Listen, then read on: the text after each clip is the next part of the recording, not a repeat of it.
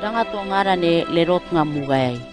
Chapter 1. Mugay tau, deo ikaro buburga tano gaiwot. Be tano yanu neta mau, yenono sapayan. Tibur tua ngarawa dodom, be yau kekelen. Be deo itau tutui iroro garaengan yau igogo.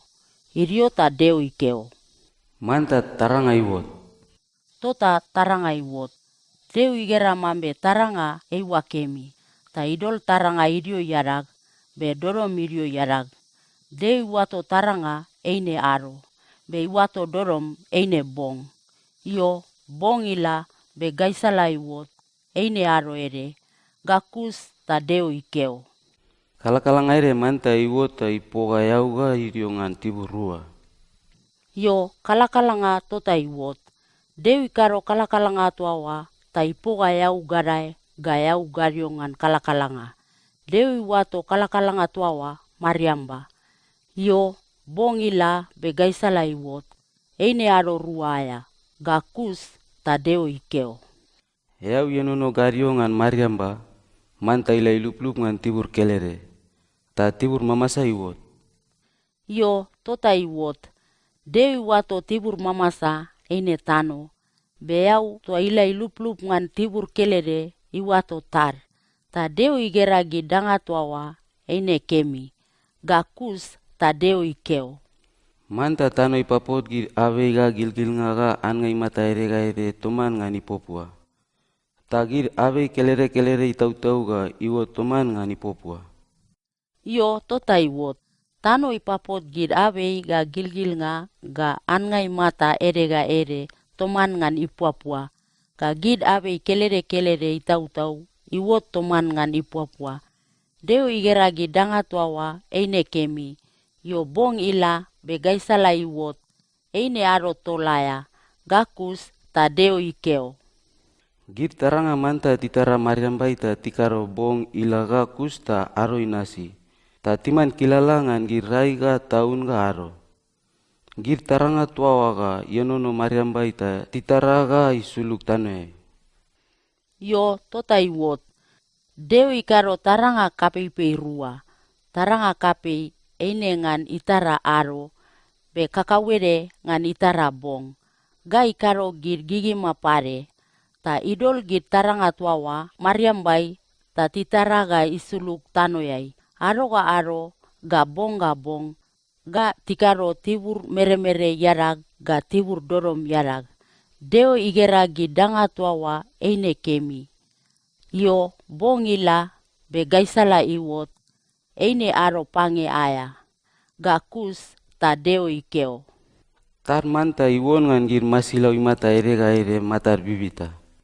Ga gir man pare manta tiwot ga tiroro alele mariambai garai ngan tano. Tota deo ikaro gid masilau kapei ga gid masilau parengara tar aya ga yau aya ga tiwot ta tilalala alele taryei ga yau yei. Ga ikaro gid man imata erega ere. Deo igera gid danga tuawa eine kemi. Iriota deo ikaro posanga kemi ngan pamatuanga gid ta ikeo. Gimi masilau taraya, manta pupuloga aut busa ta parangrang tibur tua ngarane tadiai. Begimi man, manta aut busa tanoe.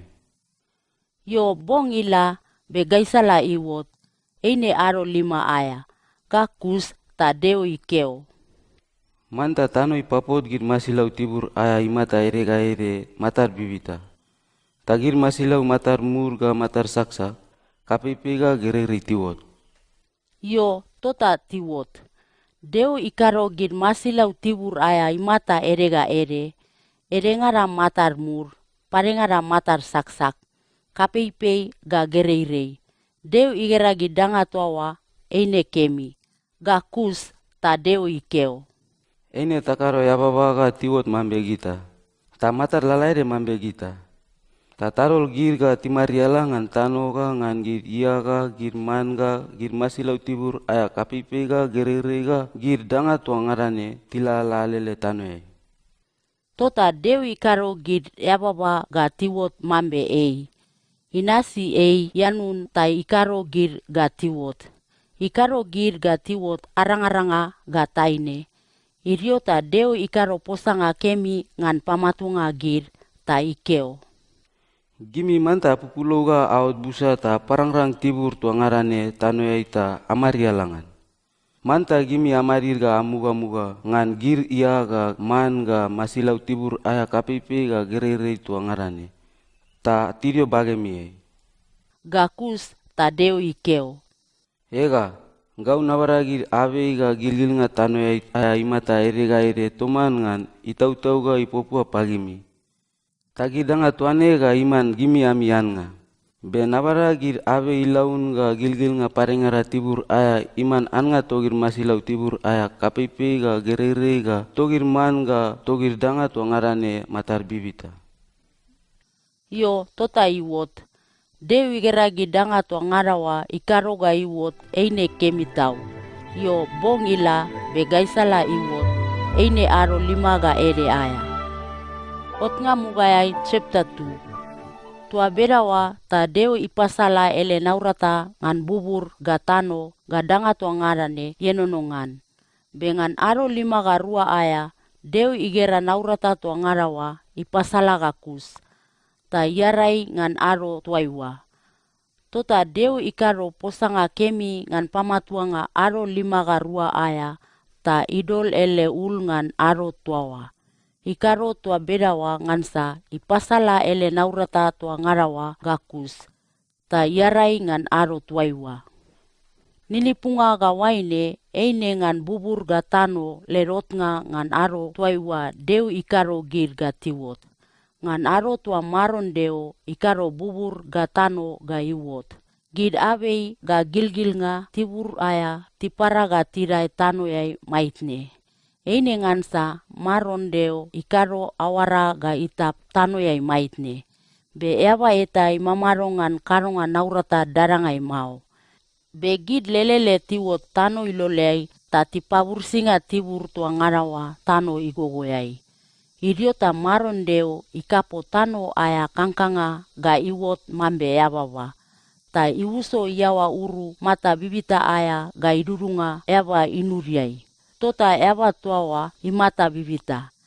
Be maron deo ikaro daranga ere ngan tibur iden tua aro ele parangai. Tua ewa idol ewa tua ikaro. Be maron deo ikaro tano ga ipapot gid ave imata ere ga ere tua tautaurir kemi-kemi ngan yalen nga matar kemi-kemi. Be rabu ngan daranga tuawa ave rua timarmarir. Ere eine ave maronga kemi aya. Be ere pare eine ave iwara watainga ngan gid danga kemi-kemi ga danga papaya mau. Be ere iwot ngan tibur iden tai pabur singa daranga tuawa. Tua iulngai wa imapoga ga iwot pange.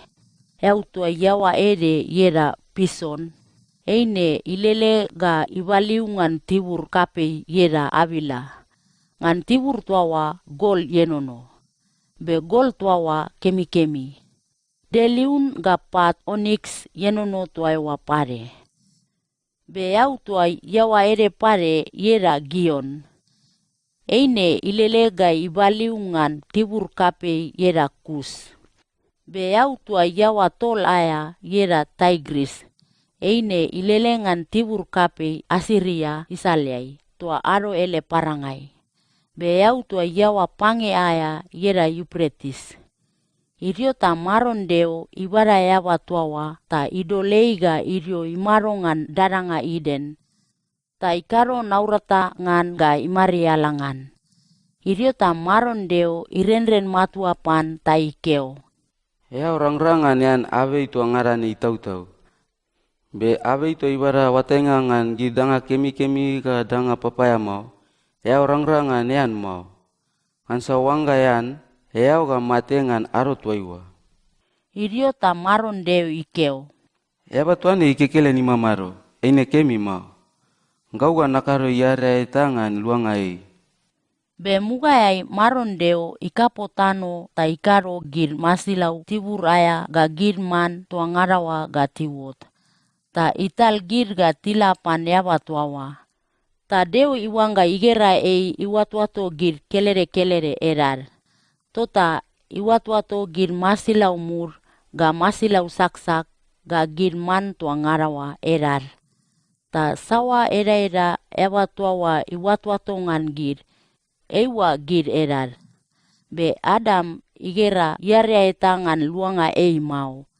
Iriota maron deo ikaro ga ewa tuawa imate ngan enonga. Ei irio yeno ta deo inusi itua-tua ere ikarkareai. Ga kus ta ipatoi mulian itin kukul. Ta maron deo ikaro taine ere ngan ewa ikarkare itua-tua tua iwara. Ta italei ga ilapan. Ewa igera taine tuawa ta ikeo. Ta, patau tene gau areak. Ei tua-tua iwot ngan gau tua-tuak. Be imera-mera iwot ngan gau mera-merak. Gau ga nawato ei taine. Ngansa deo ikaro ei ga iwot ngan gau tua-tuak. Ngan iput waine karonga ga waine iwotot. Ewa ga itnan itama ga itna ta ila ilup toman ngan yarawa. Ta eine mambe gisirwa tini iwot kelere. Be ewa tuawa ga yarawa tibanga-banga. Be maya-maya gid mau.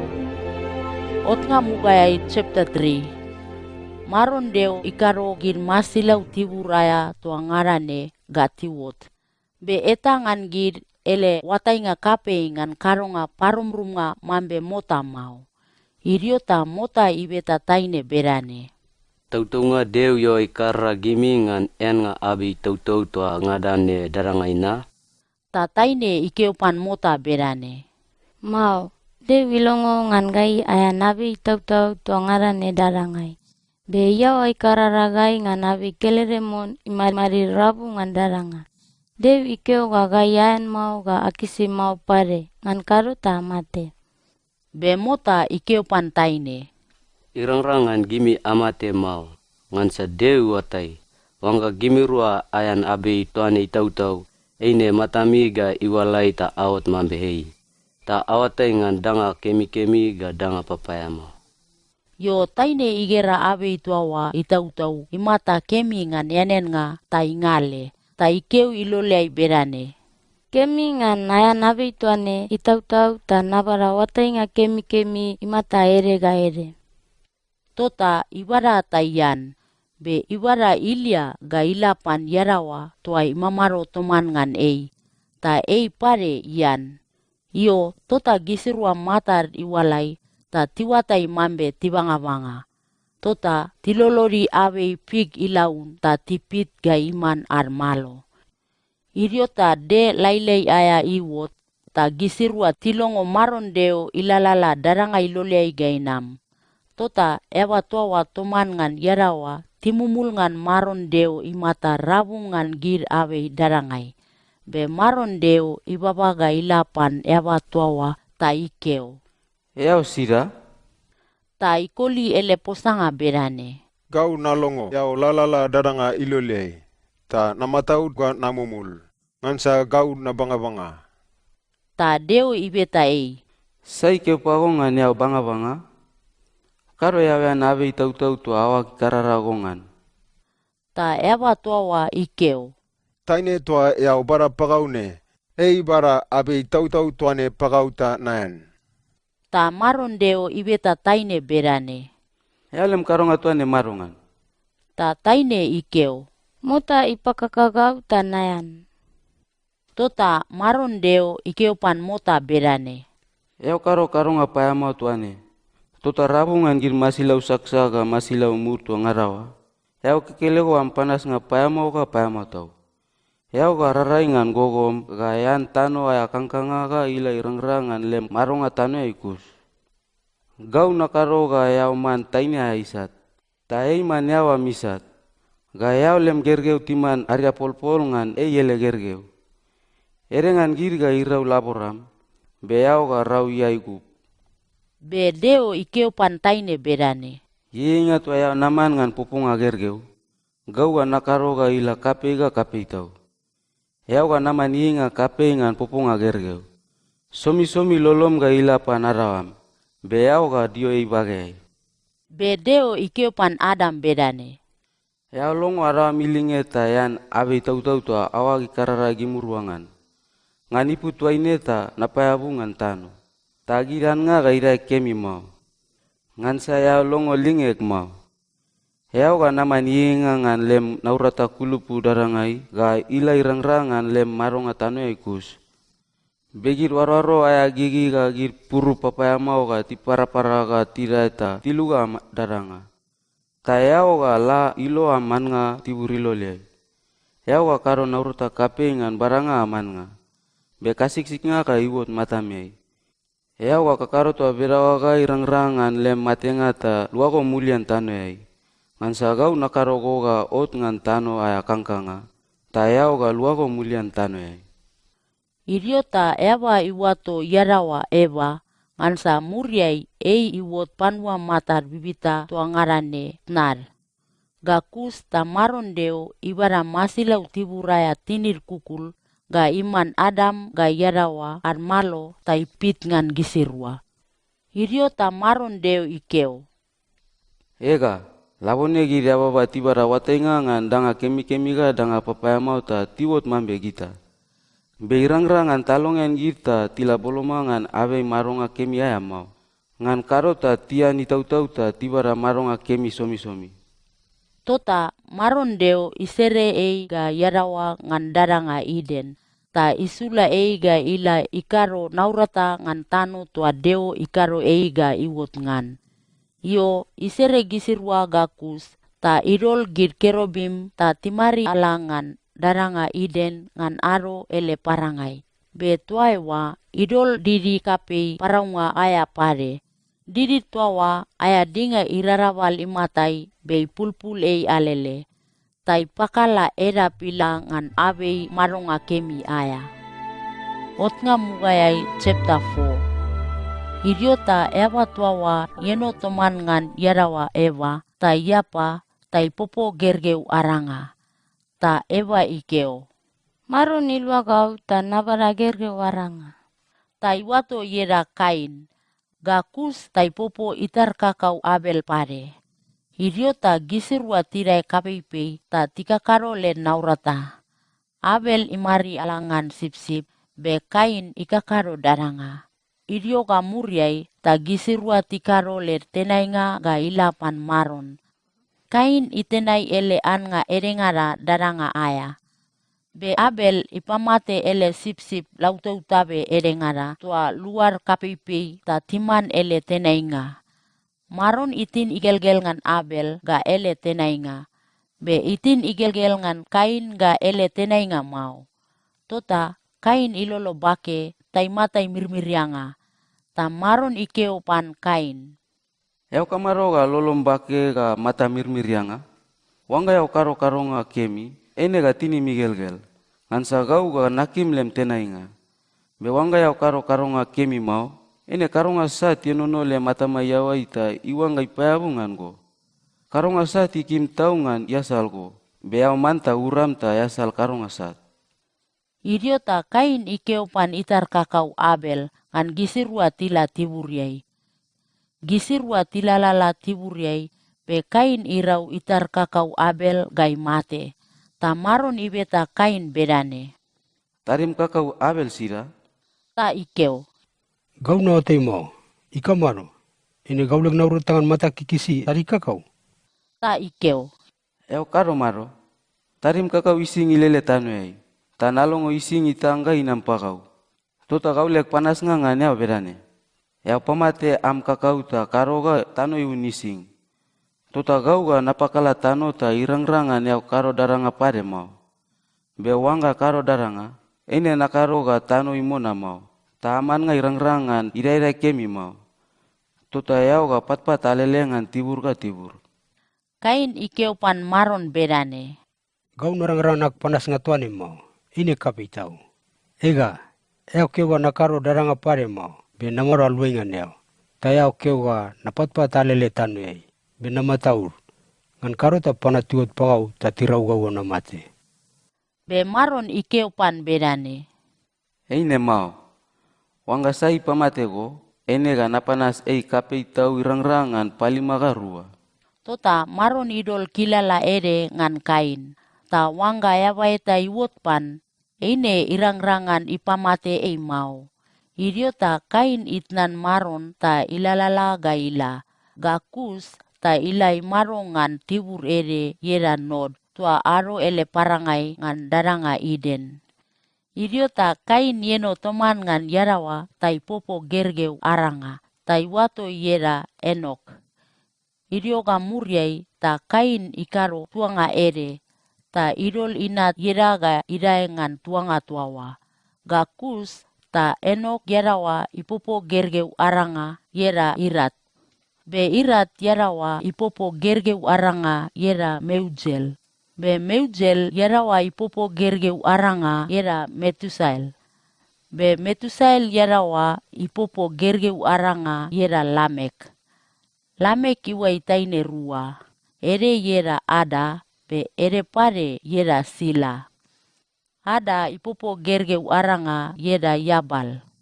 Gid panwa timari alangan bulmakau ga timamaro ngan gid palata. Gid tiwatu-watu Yabal eine tibur. Be Yabal itar kakau yera Yubal. Gid panwa tikakaro baunga ngan ap ga piloli. Gid tiwatu-watu Yubal eine tibur. Be Sila ipopo gergeu aranga yera Tubal-Cain. Be Tubal-Cain ikakaro gidanga sisid naurata aya ngan bras ga aen. Be Tubal-Cain iliu yera Nama. Idiota Lamek ikeu pagid yararawa tua ruawa bedane. Ada ga Sila gimirua alongo gau. Gimirua adarawak alongo lek pusanga. Eba ede itapagau be napamatei. Eba iriau ede ipodagau ta narawe igai mate. Deu kioga onga eba ite ipamate Kain. Einega ibada panas nga kape irang-rangan palima ga rua. Begau na kioga iwanga eba ite ipamate gau. Iniga ibada panas nga kape irang-rangan sanga lima sangaul rua igege lima ga rua.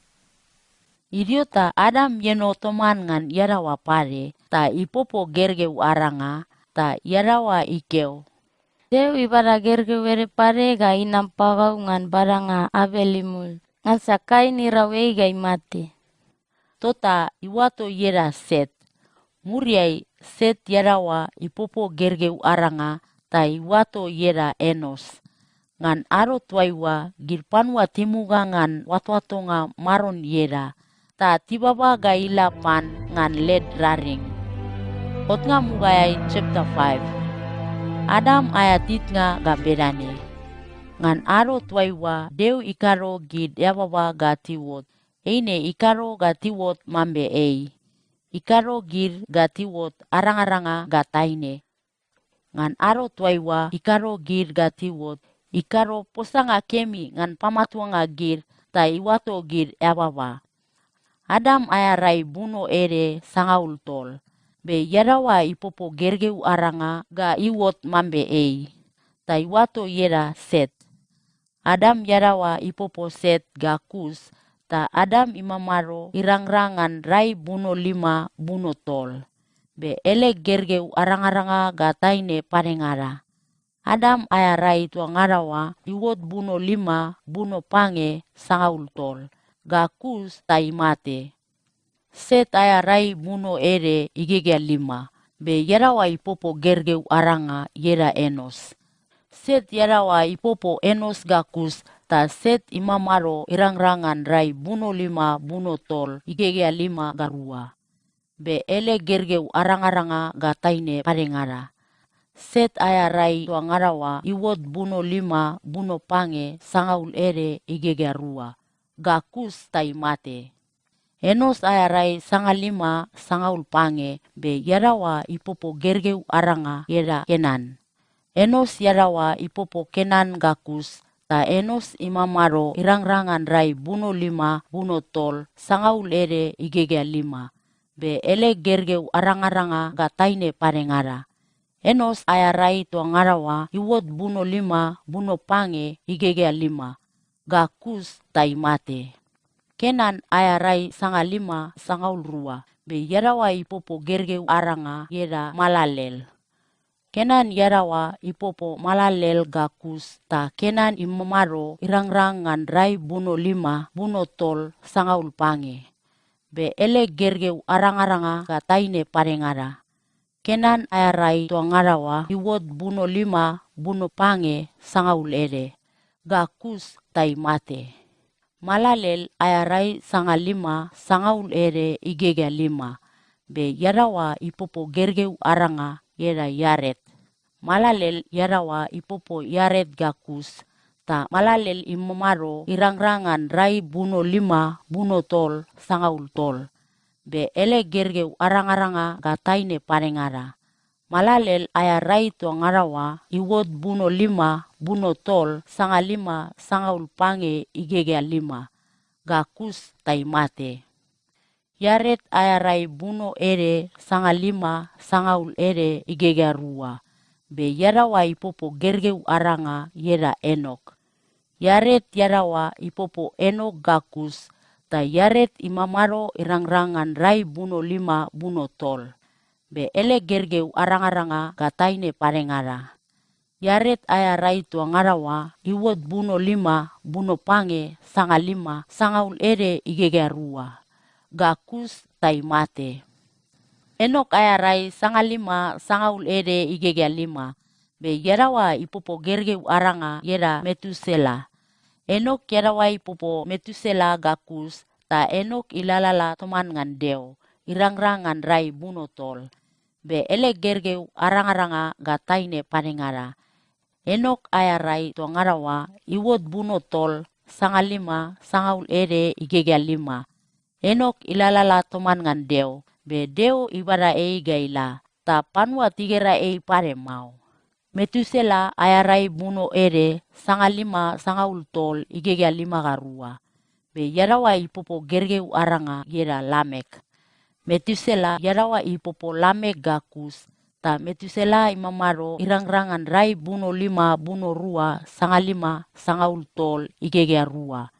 Be ele gergeu arang-aranga gataine parengara. Metusela aya rai tua ngarawa iwot buno 5 buno pange sanga 5 sangaul ere igega 5 ga pange. Gakus tai mate. Lamek aya rai buno ere sanga 5 sangaul tol igega 2.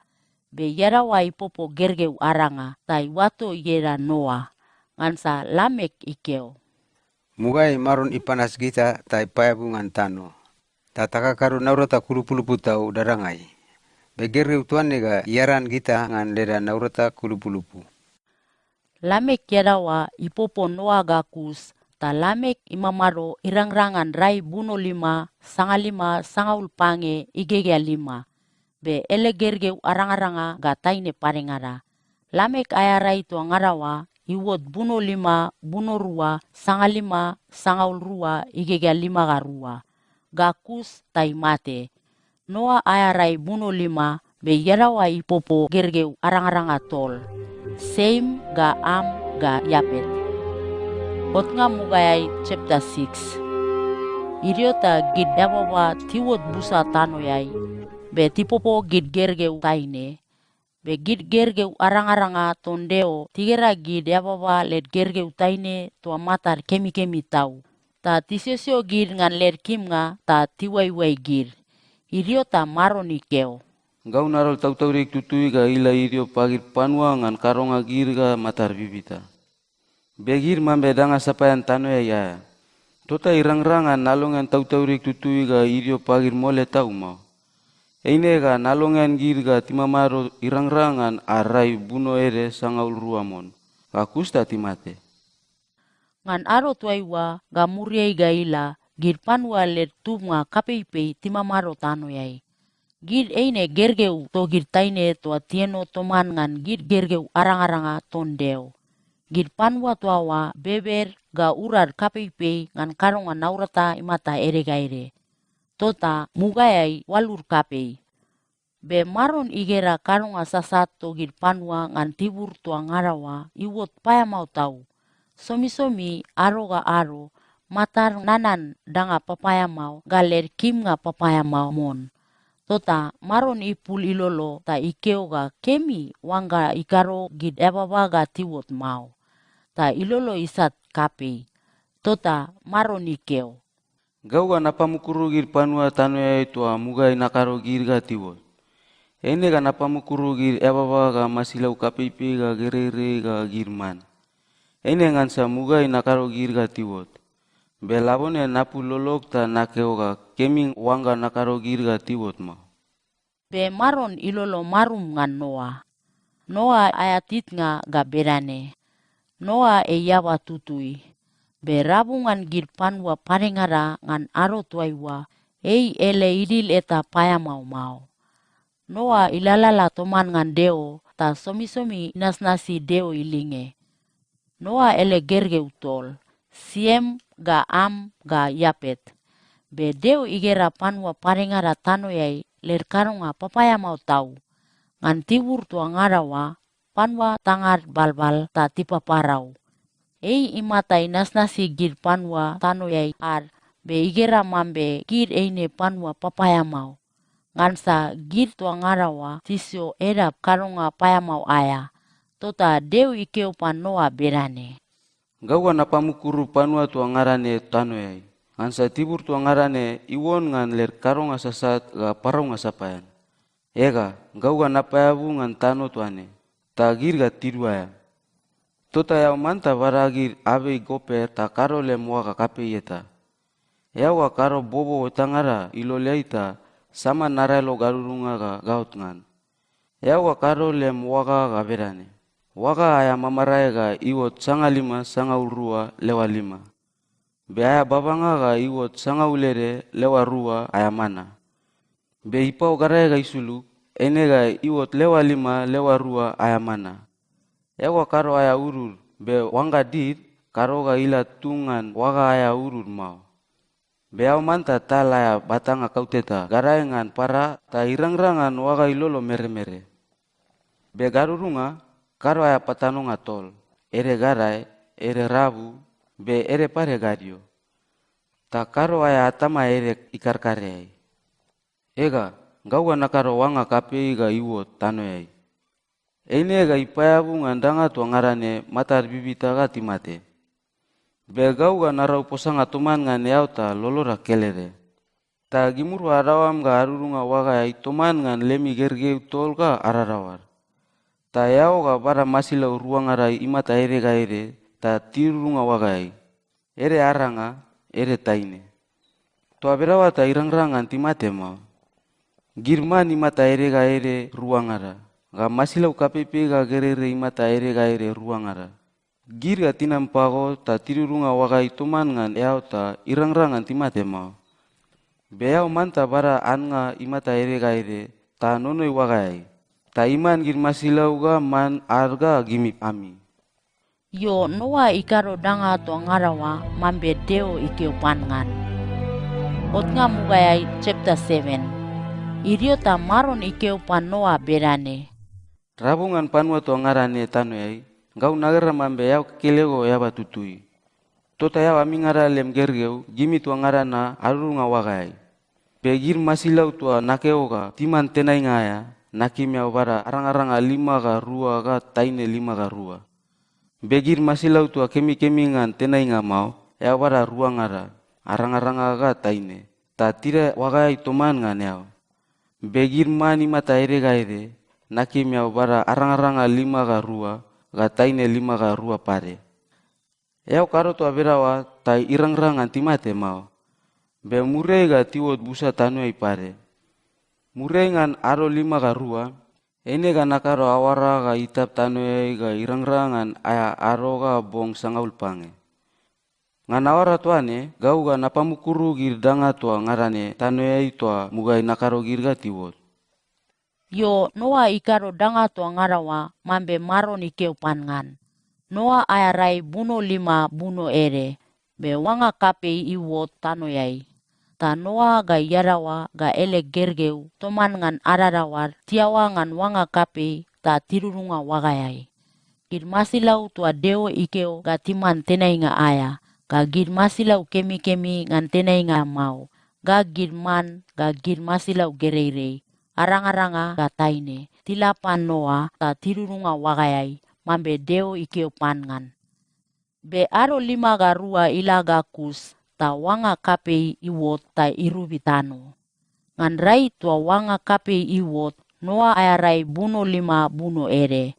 Be wanga kapei iwot ngan rai tua wa aya taiko rua aya. Ngan aya aro sangaul igegea 5 ga rua aya. Ngan aro tua iwa tano ipokakai ta yau gario tano yai ibeula ga idai. Gagid baba kapipe Mariambai awari pokakai ta yau garai Mariambai ilele gai sulu.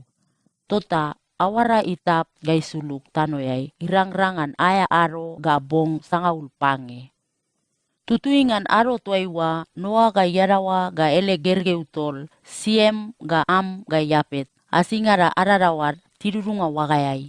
Begir masilau saksak ga masilau mur kapeipei ga gerere ga gir man imata ere ga ere gir tua ngarawa tirurunga wagayai toman ngan noa masin. Gir masilau tua ngarawa matar bibita aranga ere ga taine ere tirurunga tua wagayai wa mambe deo ikeo panoa ngan ga kus ta maron isai-isai atama ngan gir. Wanga tua wa iwotot gaila irang-rangan aya aro sangaul pange.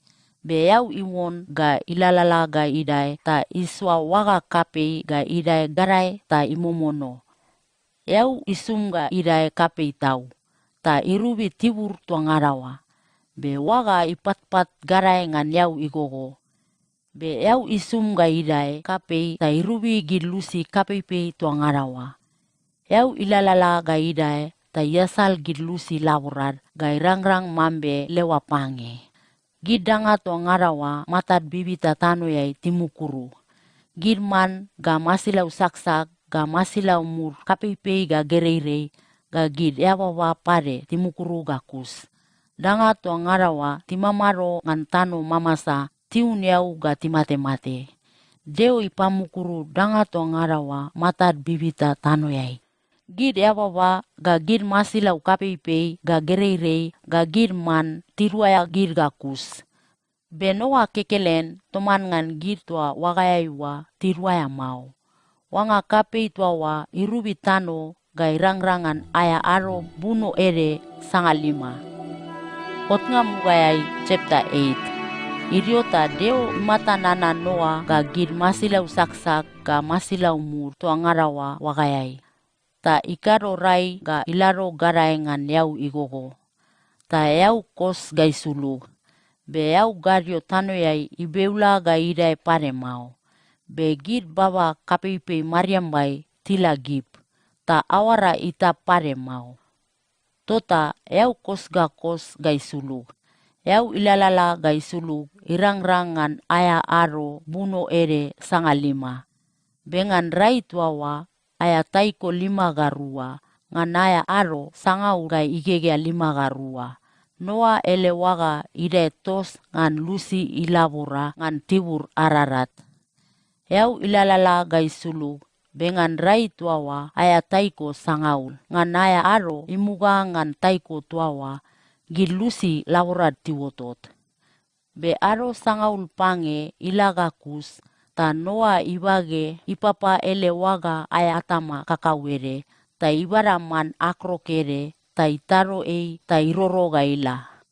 Man akrok tuawa iroro alele gaila gainam. Ikakaro tua bedawa gaila irang-rangan yau isulu gatano mamasa.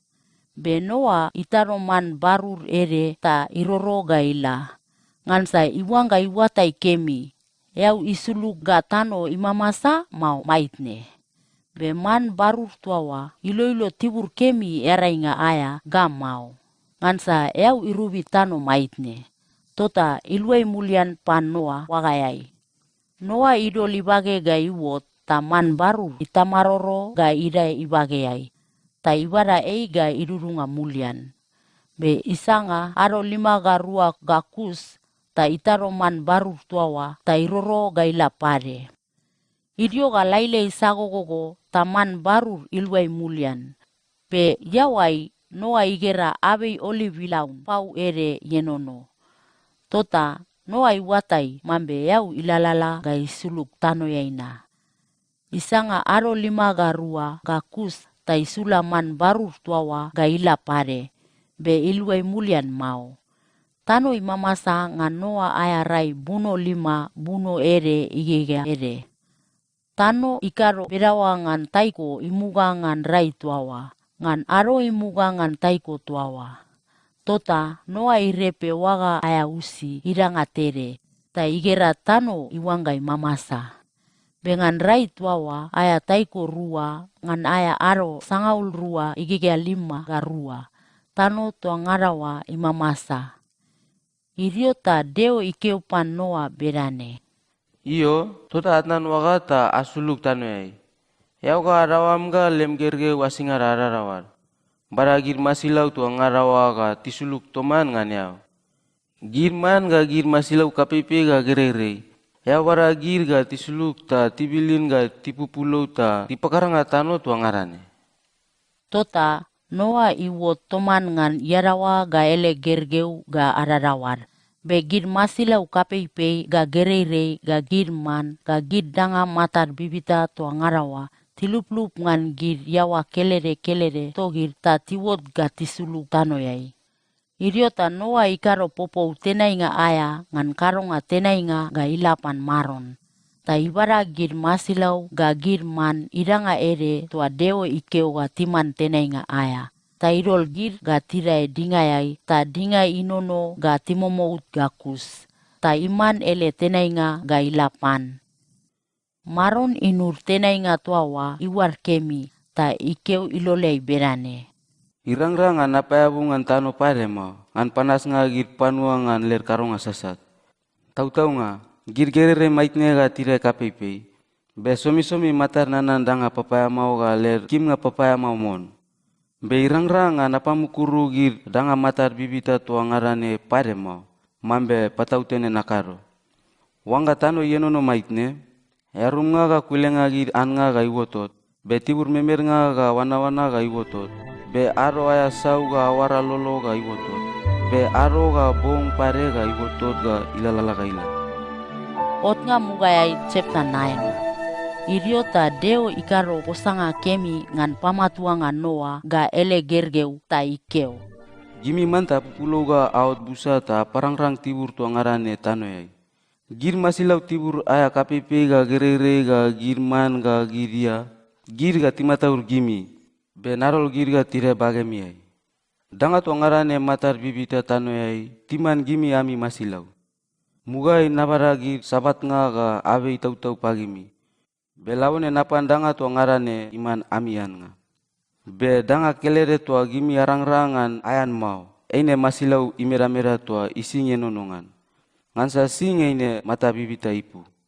Be wanga masilau eta mau yaba eta ipamate gimi, eine ga napana sei. Tautau nga wanga yaba eta irau yaba ere pare ga imate, eine ga napamarir eingan posanga ta napanas eingan ele karonga. Yaba ipamate yaba ere pare, pare ga imate ngan panua parengara baget. Ngansa gau deo nakaro gir yababa ga tiwot mambe gau. Be gimi manta apopo gergeu ga aot busata ala parangrang tibur tua ngarane tano yai. Iriota deo ikeo panoa ga ele gergeu berane. Ega, labone narau posanga toman ngan yau ga lem gergeu tua murye ga tiwotota lolora kelere. Be narau posanga pare toman ngan gir danga tua ngarane matar bibita. Narau posanga toman ngan gir man ga gir masilau saksa ga masilau mur. Ine gir tua ngarawa tano yai ar tisuluk wagai toman ngan yau. Narau posanga toman ngan gimi ga berane. Na posa tautau nga. Irangrangan nakaro wanga kapei ga iwot ngan pamukurunga gir danga tua matar bibita ne pare mau. Be wanga kapei ga irangrangan ipayabu ngan tano pare mau. Ta deo ikeo. Gau narolek awara aya maril wange ga irio mariambai ngan gir laulau. Ta iman kilala ngan lek posanga tautonga tua narau toman ngan gimi ga gir masilau. Tota awara aya maril wange ga waine. Eine kilala ngan posanga tautonga tua narau toman ngan danga tua ngarane tano yai. Lek posanga tautonga tua ne ga yenono somi ga ilala ga ila. Wanga nakaro gir laulau ga iwot mariambai. Eine awara aya maril wange ga iwot pare. Ta gau ga matak nanan lek posanga tautonga tua narau toman ngan gimi ga git masilau imata ere. Tota irang-rangan wanga kape ipayabungan gir danga tua matar bibitane pade mau.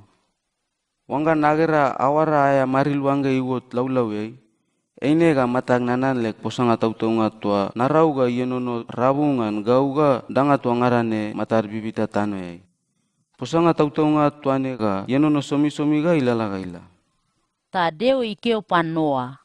Awara aya maril wanga tuane, eine kilalangan posanga tautonga tua narau toman ngan danga tua ngarane matar bibita tano yai. Noa ele gergeu tua tisuluk wagayai toman ngan eine Siem ga Am ga Yapet. Be Am eine Kenan itama. Noa ele gergeu tua tolne eine gir panwa tua ngarane tano yai tibur. Noa yawa naurata daranga aya. Be imuga ngan erunga daranga wine. Aro ere yun ele wine iranga ere. Ta ilaborai manga-manga. Be aya malo gruk gai suluk. Ta yeno banga-banga ele palata iloleai. Be Am tua Kenan itama, igera itama yeno banga-banga. Ta ila ikeo pagir itar kapeipi tua timar marir gaot.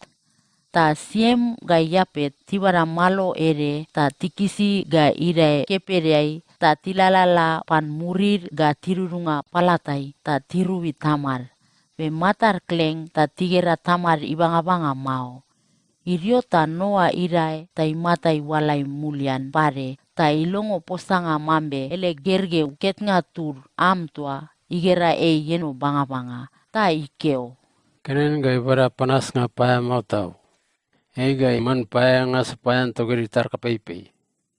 Be Noa ikeo pare berane. Be Deo ak maron ga ikaro kemi tau ngan Sem. Kenen ga iwot paya nga sapayan ton Sem. Be Deo ga ikaro Yapet elegergeu ga tiwot busa. Ta isarum martano ga kapei. Ene ga timaro kemi. Taman ngan giriao klede pan Sem. Be kenen ga iman ele paya nga sapayan.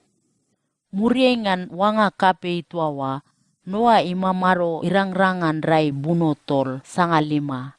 Noa aya rai tua ngarawa iwot buno 5, buno pange sanga 5. Gakus tai mate. Otnga mugayai chapter 10. Noa ele gergeu arang-aranga tol, Siem ga Am ga Yapet, artitnga ga berane. Girpanwa yawa twaine tiwot muriai ngan wanga kapei. Yapet ele gergeu arang-aranga erar ga berane. Gomer ga Magok ga Madai ga Yavan ga Tubal ga Mesek ga Tiras. Be Gomer ele gergeu arang-aranga erar ga berane. Askenas ga Ripat ga Togarma. Be Yavan ele gergeu arang-aranga erar ga berane. Elisa ga Tarsis. Be girpan wakit ar ga Donan ar girpare tiwot pan Yavan. Girpan wa yawa twaine let gergeu ga tibutibur timamaro lavyai ga inuyai. Girpan wa yawa twaine gir Yapet itubtub. Be gir yawa kelere-kelere togir tibilin ga tila timaro ngan gir kelere-kelere artano.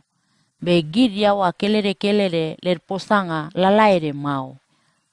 Am ele gergeu arang-aranga erar ga berane. Kus ga Misraim ga Put ga Kenan. Be Kus ele gergeu arang-aranga erar ga berane. Seba ga Avila ga Sapta ga Rama ga Sapteka. Be Rama ele gergeu arang-aranga rua. Seba ga Dedan. Be Kus ele gergeu aranga erepare yeda Nimrod. Be Nimrod ire kapei ta iwot ewa paraunga aya ga iura kapei. Maro ni pamatua ta iura kapei ngan ilonga masilau tibur aya pare. Tua bedawa ta wanga gir panua tigera ewa eta kemi ngan ilonga masilau eine tipakuru ngan berane. Maron ipamatua ebatuane ta iura kapeingan ilonga masilau tibur aya mambe Nimrod. Nimrod iman maron kapei ngan tuanga ga Gidne, Babel ga Erek ga Akat ga Kalne. Gituanga tuane tienono ngan tibur kapei Sinar. Ga kusta Nimrod itnan tibur kapei tuawa ta ilangan tibur kapei Asiria ta ikaro tuanga kapei pei ga gidne. Ninive ga Reobotir ga Kala ga Resin. Resin tua yenono rabungan Ninive ga tuanga kapei Kala. Misraim eine panwa ga gidne tibur. Gid Lydia ga gid Anam ga gid Leap ga gid Naptu. Ga gid Patrus, ga gid Kaslu, ga gid Kaptor. Be gid panwa Pilistia gid yawa kelere pagid Kaptor. Be Kenan ele gergeu lauta be yera Sidon. Kenan ei panwa ga gid ne tibur. Gid It, ga gid Yebus, ga gid Amor, ga gid Girgas. Ga gid Ivi, ga gid Arka, ga gid Sini. Ga gid Arbat, ga gid Semar, ga gid Amat. Muriai gid yawa kelere pan Kenan tibilin alele. Be gid Kenan artano ayabut imata yenono ngan tuanga Sidon, ga ila irangrangan tuanga Gasa, bolomangan tuanga Gerar.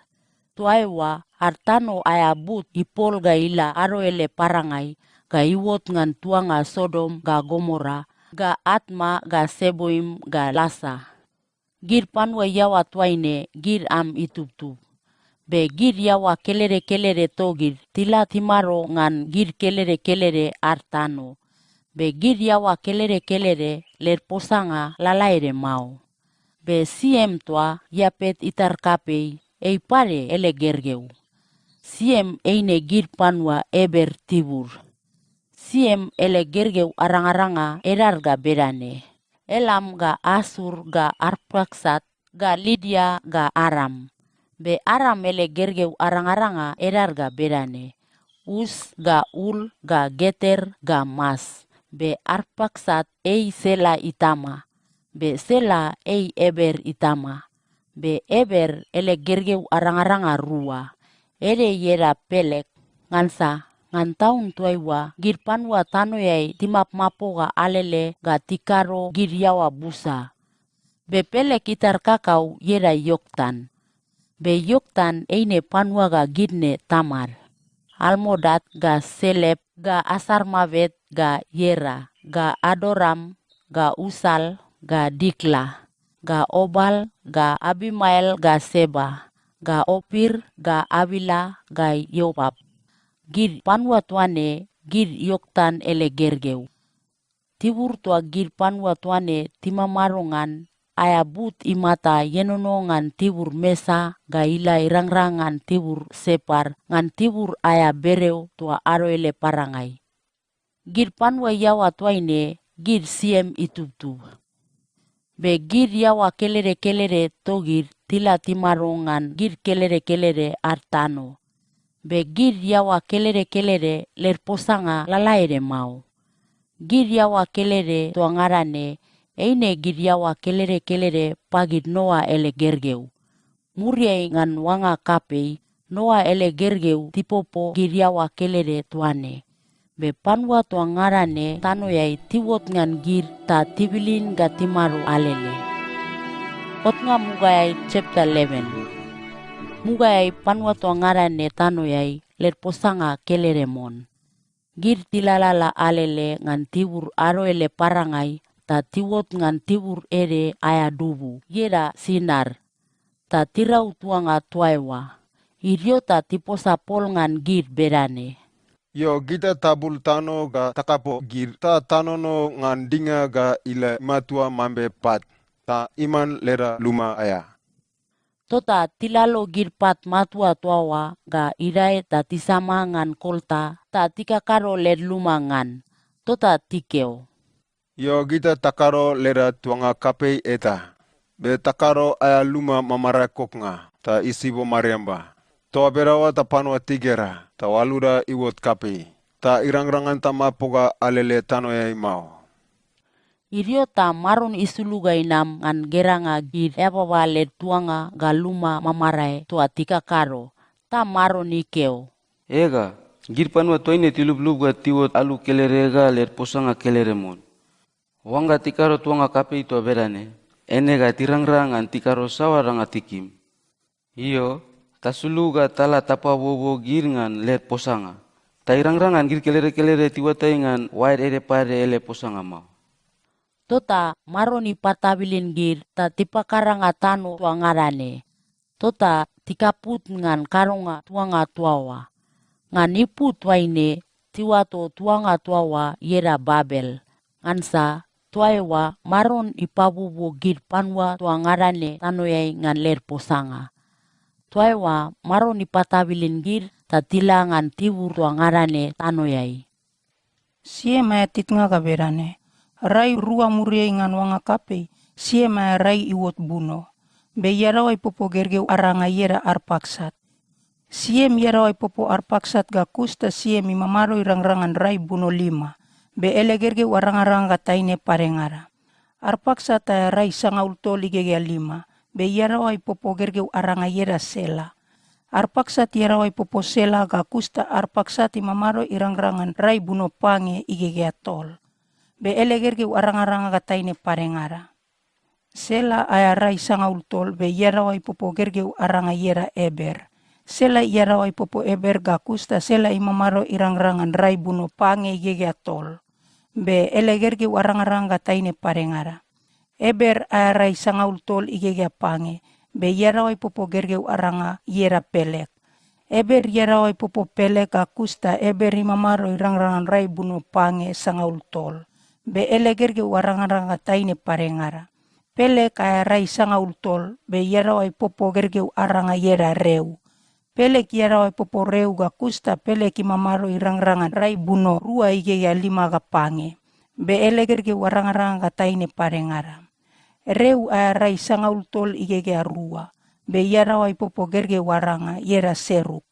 Reu yarawai popo Seruk ga kusta Reu imamaro irang-rangan rai buno rua igegea 5 ga 2. Be ele gergeu aranga-ranga taine parengara. Seruk aya rai sangaul tol be yarawai popo gergeu aranga yera Naor. Seruk yarawai popo Naor ga kusta Seruk imamaro irang-rangan rai buno rua. Be ele gergeu aranga-ranga taine parengara. Naor aya rai sangaul rua igegea 5 ga pange. Be yarawai popo gergeu aranga yera Tera. Naor yarawai popo Tera ga kusta Naor imamaro irang-rangan rai buno ere sangaul ere igegea 5 ga pange. Be ele gergeu aranga-ranga taine parengara. Tera aya rai sanga 5 sangaul rua be yarawai popo Abram ga Naor ga Aran. Tera aya titnga ga berane. Tera ei Abram ga Naor ga Aran Tamar. Be Aran ei Lot itama. Tera imamaro maitne be ele gergeu Aran imatengan aya tuanga ipu urungan tiwur togit panua Kaldia. Be Abram ga Naor gisirua tiwa itaine. Abram yarawai yera Sarai. Be Naor yarawai yera Milka. Milka ei Naor itarkapei Aran inataine. Be Aran ei Iska itama pare. Be Sarai irang-rangan ipopo gergeu mau. Idiota Tera ibaraina Abram ga ilawataine Sarai tua Abram yarawa. Ga itu Lot tua gergeuton inat Aran. Ta gisingara titnan tuanga urungan tibur togir panua Kaldia. Ta tiwanga tilangan tibur kapei Kenan. Be era pirabu yai tiwot ngan tuanga Aran ta tirio tua Ewa. Be Tera imamaro irang-rangan aya rai buno rua igegea 5. Ga kusta imate ngan tuanga Aran. Ot ngamugai chapter 12. Idiota maroni keupan Abram berane. Yaut nanam tano ga sobo-sobom ga gir yawa kelere togo. Talangan tano tua gau ga napasolan yaungan. Gau ga nakaro ga tibutubum tiwot alu kapei tau. Ta gau ga nakaro kemi tau ngan yau. Be gau ga nakaro ga era miwot kapei. Ta yau ga karo ta le karo nga kemi tuane irai parengan gir panua parengara. Gau ga nakaro kemi ngan gir panua tua tikaro kemi ngan yau. Be gir panua tua tikaro payamau ngan yau. Ene ga nakaro payamau ngan gir pare. Be karo nga kemi tua nakaro ngan yau. Ene ga iparang-rang gir lum ngan tibur tua ngarane tanwe. Tota Abram itnan tuanga Aran mambe maroni keupan ngan. Be Lot ila toman ngan ei. Ngan aro tuaiwa Abram itnan tuanga Aran. Ei aya rai sanga 5 sangaul rua igegea 5. Ei ibara yarawa Sarai. Ga iterkapei inat Lot. Ga ler payang arang-arang kataine. Ga ledanga sisito ngarawa yenonongan tuanga Aran. ta tira ega tinasi erap ilangan tibur kapei Kenan. Tila tiwot Kenan ga kusta tibulo tibur kapei tuawa ga tila irang-rangan tibur ere yera more bolomangan tuanga Sekem. Tibur tuawa aya abei ou kere imarmarir. Bengan aro tuaiwa gir panua Kenan timamaro maitnengan tano tuawa. Iriota maron iwot pan Abram ta ikeo. Gau ga napan tibur kapei tuane aya tano ga iman lem gergeu ga tibu-tibu mal. Ta Abram ipagun popou tenai ngaya tua ewa ta iraring pan maron tua iwot pan. Gakusta Abram itnan tibur tua wata ilangan tibur aya bereo tua aro ele parangai ngan tuanga Betel. Ta ikaro saupu tua ewa ta ipagun palata. Tibur tua wa yenono rabu ngan tuanga Betel ga tuanga Ai. Betel yenono aro ele dilngai, be Ai yenono aro ele parangai. Tua ewa ipagun popou tenai ngaya ton maron ta ibaba ga ilapan ta isua yera. Gakusta itnan tibur tuawa ta ilalalaga ingata tibur kapei yera Negeb. Iriota sapanga kapei iwot ngan tibur tuawa. Ta Abram ilai maro Egypt kautere ngan sapanga ngan tibur tuawa paya mau tau. Tilalaga tipapoloma Egypt be Abram ikepan yera wasarai berane. Ega, gau nawatai. Eo taine namela pau. Be wanga giri isip tigera yao. Eine ega tikeo. Taine tuane yarawa eine ewa gako. Ta girga tirau gau ga namate ta tipaya wago. Tota kemi ngan yao keo pagin mambe yao gau liuk. To berawa ta wanga tiki miao eine ga tikaro kemi ngan gau be tipamate gau mau. Iriota Abram ga Sarai tiwot Egypt ga kusta gir Egypt tigera mambe Sarai taine namela pau tau. Begir marir ngaton maron kape Egypt aya tigera Sarai tatipa kurungan tua maron kape imatai. Ta maron kape ikeuga tibara eiga ila ele lumayai. Maron kape tuawa igera Sarai ta ikimei tau. Tota ikaro kemi pan Abram ta ipanele sip-sip ga meme ga bulmakau ga dongki arang-aranga ga taine ga kamel ga gir payang arang-aranga ga taine. Be maron ikaro dibala papaya mau erengara ga iwot pan maron kape Egypt paya ga pagir panua toa timamaro ele lumayai. Ngansau ibara Abram yarawa Sarai ga iman ele taine. Iriota maron kape Egypt paya ibaba Abram ga inam panta ikeo. Yau kamado kado bedane ngan gau. Yau kamado palungu gau mau ngan taine tuane yau adawam. Yau kamado keo ga liu. Tuta nabada ga iman adawak. Ega, bada adawam ta gimiru ala. Iyo, maron kape Egypt paya ikeo pagir ele marir ngata tisere Abram ga yarawa. Tota tibara le danga sisir to ngarawa tatila. Otnga mugai chapter 13. Iriota Abram itnan Egypt ta ilangan tibur kape Negeb. Ila toman ngan yarawa ga ele danga sisir to ngarawa. Belot pare ila toman ngan Be Abram ele danga sisir busa tau. Ele masila umur busa ga ele silba ga gold pare. Iriota itnan tibur kape Negeb ta ilalala ga ila be ikakaro girsaupu era pirabuye. Ikakaro tua berawa ga ila iwot ngan tibur tua yenono rabu ngan tuanga Betel ga Ai. Mugai ikaro saupu ngan tibur tuawa. Ta ipagun popo tenai ngaya. Ta Abram ibaba ga ilapan maron ta iswa yera tua ewa pare. Belot ilalala toman ngan Abram. Pare ele meme ga sip-sip ga bulmakau ga paya nga busa. Betano tuawa irang-rangan gisirwa tilup ga timarongan mau. Ngan sawa gisirwa leda nga sisir busa tau. Be aro ire gir panua tua timaria langan Abram ele masila umur. Awar parau pagir panua tua timaria langan Lot ele masila umur. Be ngan aro tuaiwa gir panua Kenan ga gir Peres timamaro mait ngan tibur tuawa. Tota Abram ikeo pan Lot berane. Longo, gitarwa singkelere. Bekaro parau ngai wot rabungan gitarwa ga leda payanga. Gera, tanu kape yenono. Kemingan gitarwa tamapoga. Wanga yau kinasi edap ngan bagera angas. Ene gau ga nanasi edap ngan bagera watai. Be wanga yau kinasi edap ngan bagera watai. Ene gau ga nanasi edap ngan bagera angas. Iyo, Lot imata isawe taigera tibur Yordan aya dubu kapei. Be ayayau busaga ila irangrangan tuanga soar.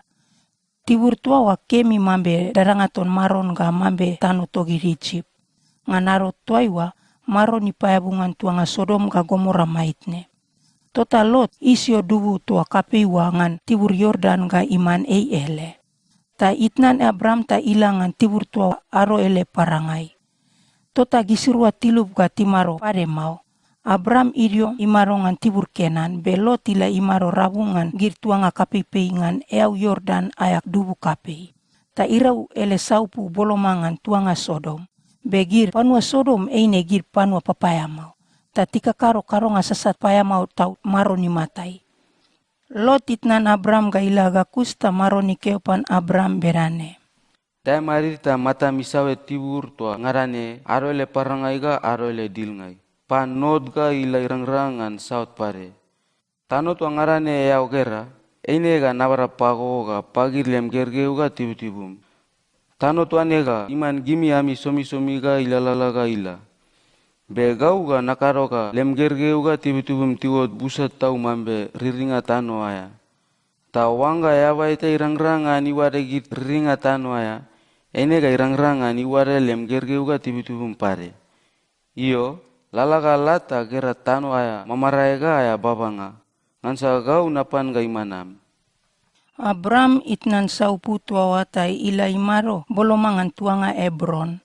Ta irau ele saupu bolomangan gir abei oukuton eba yera Mamre. Ta ikaro popoutenai ngaya ngan tibur tuawa ta iswa maron yera.